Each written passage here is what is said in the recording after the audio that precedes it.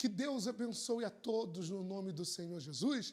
Nós estamos aqui e vamos conversar com um casal, ex-pastores, e que por um motivo de desobediência à palavra de Deus, eles então saíram do quadro de pastores, porém não saíram da fé. Eu estou aqui com o Denilson e a Fernanda. Denilson,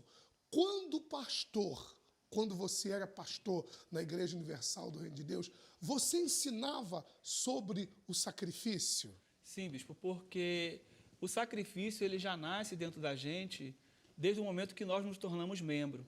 Então, quando cheguei à igreja como membro e eu entendi o que era realmente o sacrifício, não seria justo eu depois, como pastor, não ensinar o sacrifício. Então, foi uma consequência, porque eu vi como membro o que Deus fez na minha vida.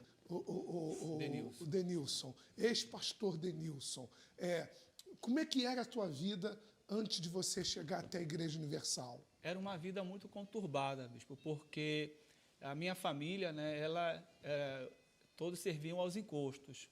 Eu vim de uma tradição, né, familiar, onde minha avó, minha mãe, meus pais, todos serviam aos encostos. E eu, né, vivendo naquele meio de frustração, de brigas, porque meu pai era um homem muito violento.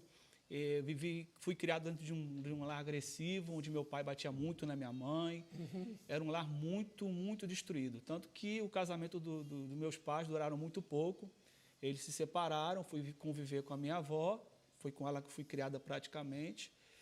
E, em função disso, tive uma adolescência muito conturbada e também emancipada, porque eu já, aos 14 anos, eu já me vi na necessidade de trabalhar. Com 15 anos, eu já morava sozinho. E aí também, fruto de morar sozinho, já comecei a conhecer as más companhias, usava drogas, me envolvi com um grupo de tráfico, enfim, minha vida era totalmente desgraça, era uma ruína total.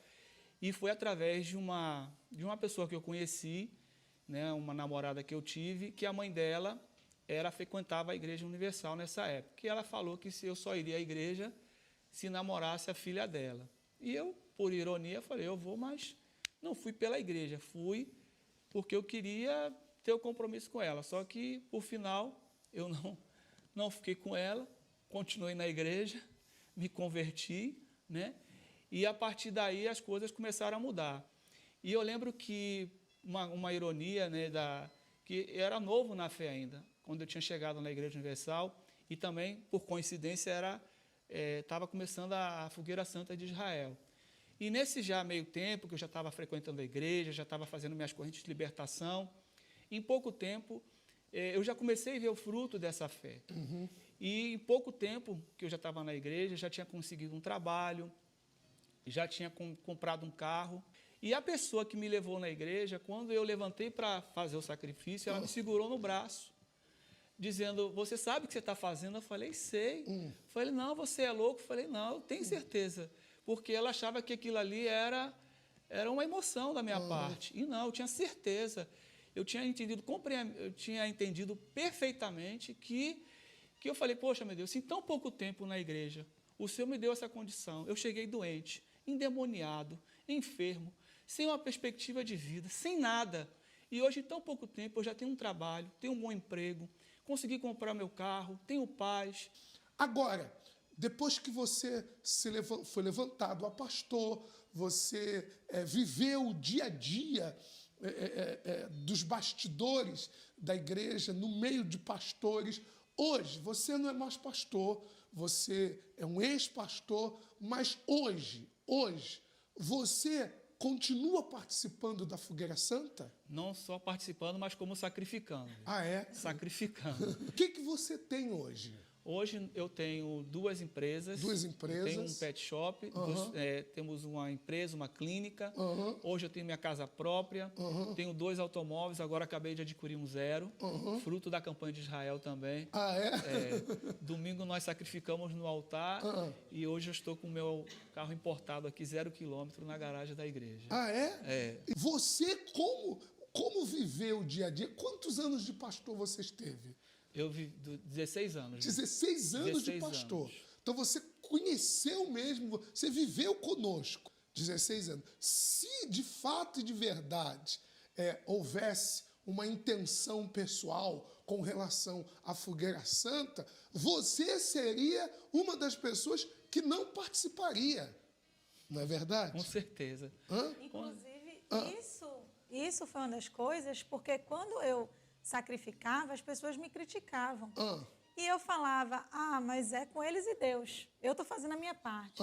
E depois que eu me casei, uma pessoa que já tinha feito parte do quadro de pastores e continuava mesmo assim sacrificando, isso me fez ver o quão puro é o sacrifício. Porque se não fosse, por que ele faria? Né? E aí, quando as pessoas vinham me criticar, eu falava, olha, meu marido sacrifica, por que eu não vou sacrificar? Ele que já foi pastor. Ele que já foi pastor. Então, se fosse para dar dinheiro para pastor, ele não estaria dando. Então, isso me fez ver, enxergar melhor ainda a fogueira. Foi o altar que mudou a tua vida. Isso, bispo, porque o altar ele está dentro de mim, bispo.